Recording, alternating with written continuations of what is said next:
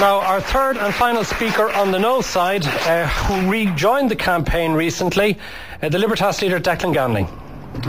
There's 500 million people across Europe almost that haven't been given a vote on this. The French, the Dutch, the Irish, in their millions across Europe, voted no to an anti-democratic formula, first called the European Constitution, now renamed as its clone, the Lisbon Treaty.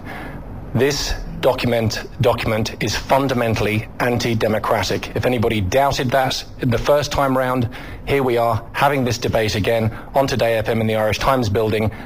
This is a repeat of the same performance again. This is the contempt that democracy is held in Europe, in the current European institutions, and it needs to change. This treaty will give exclusive competencies to Brussels over international trade and foreign direct investment. It halves our voting weight while doubling Germany's at the European Council. It opens the door to interference in tax and other areas of key economic interest. It creates an unelected president and foreign minister for Europe that will speak for all of us as European citizens on the global stage. It hands over power in over 60 key policy areas to Brussels, in everything from transport to employment and some aspects of foreign policy. It enshrines EU law as being superior to Irish law, and the treaty can be changed without another referendum. In Articles 352 and Articles 48, the mechanisms are put in place to do that, and it diminishes our power to nominate our commissioner. It changes it from nominate to suggest.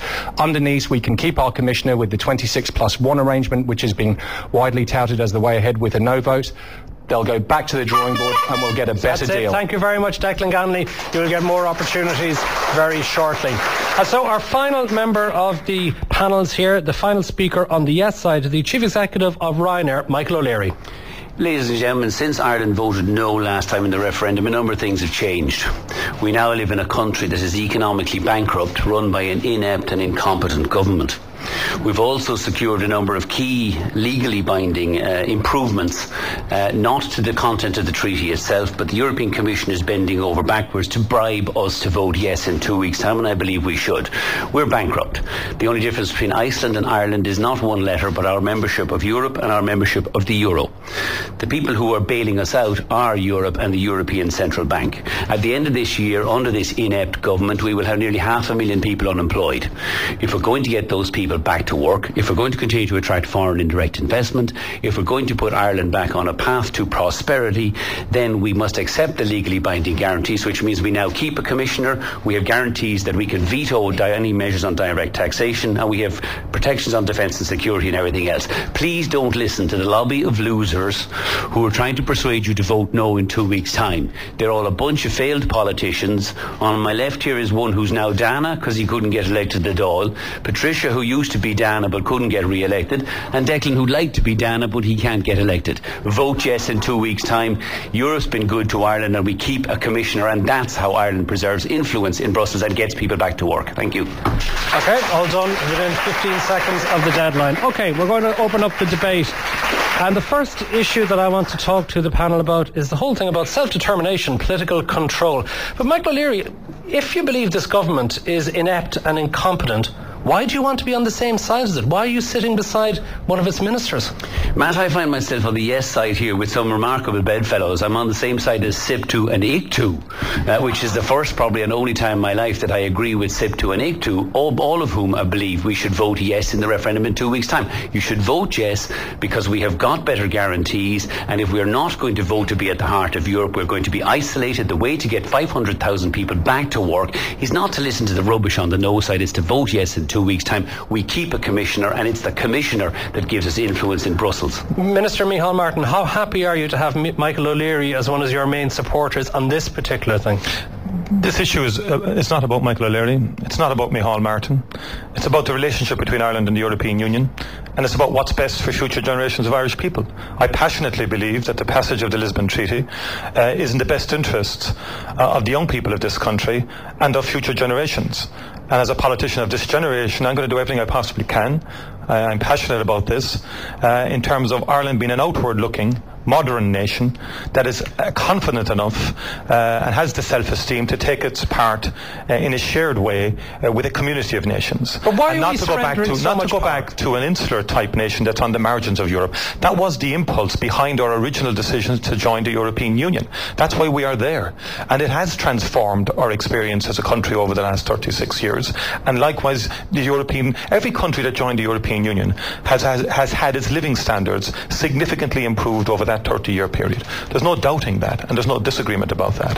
The Lisbon Treaty is a modest treaty of reform, which is changing the rules to make sure that Europe can work more effectively to deal with the big ticket items that countries on their own cannot deal with, such as energy security, climate change, and of course the global economic crisis, which is the worst global economic crisis since 1929. But what about the concerns of many people that it is all going too far, that the Europe that we agreed to join was supposed to be about helping each other, but not about the surrender of our power, of our sovereignty, but giving Europe control over the destiny of our lives? We have never surrendered power to Europe. We have shared power with Europe. We have shared sovereignty with Europe. It's about one's mindset and how one looks at this.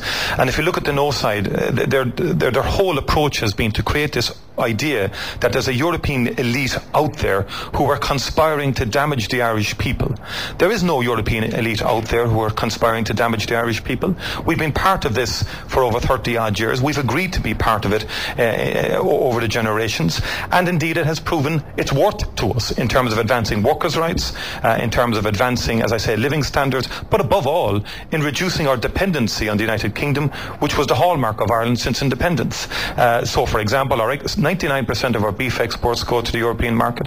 Over 60% of overall exports go to the European market. Irish jobs and Irish companies depend on the goodwill and sentiment and the open market that has been created by Okay, I'm going to go to the no side to respond to that. I want to see who's going to take that up first. Patricia McKenna, what about the loss of national sovereignty? Well, is there any? Because listening to the minister, he says there isn't. Well, clearly there is. We're losing the right to veto in a number of new areas. Our voting strength goes down. And I think what Michael O'Leary said there was very telling. He said the EU Commission are bending over backwards to bribe us. And that is the situation. I mean, I think it's a bit ironic that the European Commission came here last week saying we're giving 15 million to Dail workers down in Limerick as a result of the loss of the jobs. But he hasn't looked at the fact that the European Commission have sanctioned the Polish government, given 54 million of a bribe, basically, or coercion, or whatever you want to call it, to Dail to move out of Limerick. And the thing is, yes, yesterday the European Commission said that they had approved the fact that the Polish government would give 54 million for Dail to move out.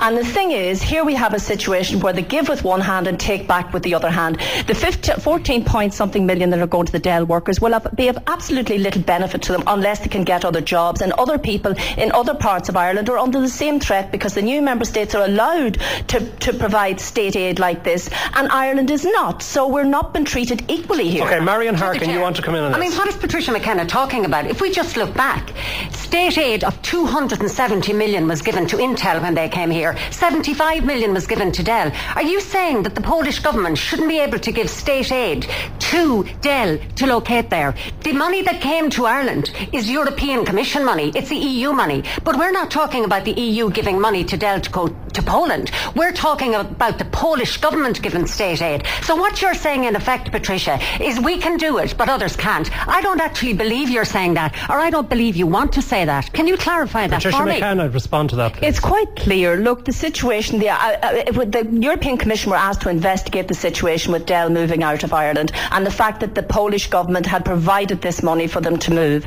The situation in Ireland is that currently, if we tried to do that, we would not be allowed to do it. And the thing here is that we're talking about jobs that exist in Ireland. We're in a huge economic situation here where the unemployment rate is rising every day and people are under threat. And as more and more companies move out of Ireland, the dole queues get longer and longer, and the money that might come in to compensate them under the Globalisation Fund doesn't actually go to the people who are out of work. Yes, that's the situation, and those people are the ones we are talking about. Minister Micheal Martin, is our government allowed to invest or provide grants to foreign multinationals? Yes, there are state aid rules which govern every member state, and the vast majority of multinational companies that are located in Ireland, indeed I negotiated quite a number of those, we were in a position to provide them with state aid, along with our low corporate tax rate, and along with the very strong argument we made to all of those multinationals, which I made, that basically Ireland is the gateway to Europe, and that's the key gateway to the European I have market. to go to the no side, Marian. Joe Higgins, I want to bring you in. As a recently elected MEP, how worried are you about the loss of sovereignty, or has your experiences in Brussels persuaded you that that's not going to happen? No.